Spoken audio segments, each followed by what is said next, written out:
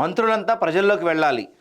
Nominated పదవులు వెంటనే భర్తీ చేయాలి. ప్రతి జిల్లాలో నెలకోసారి మంత్రులు ప్రజా దర్బార్ నిర్వహించాలి.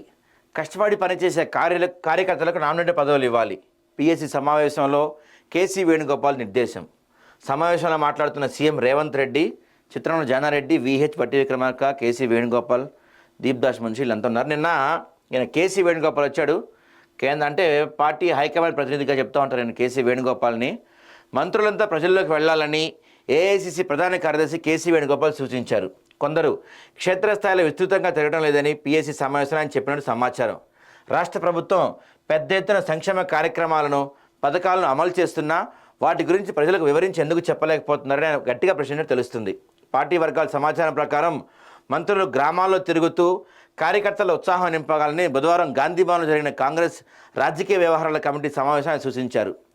రాష్ట్ర ప్రభుత్వ ఏడాది పాలన బాగుందని, కానీ ఇంకా మెరుగ్గా పనిచేయాలని చెప్పారు.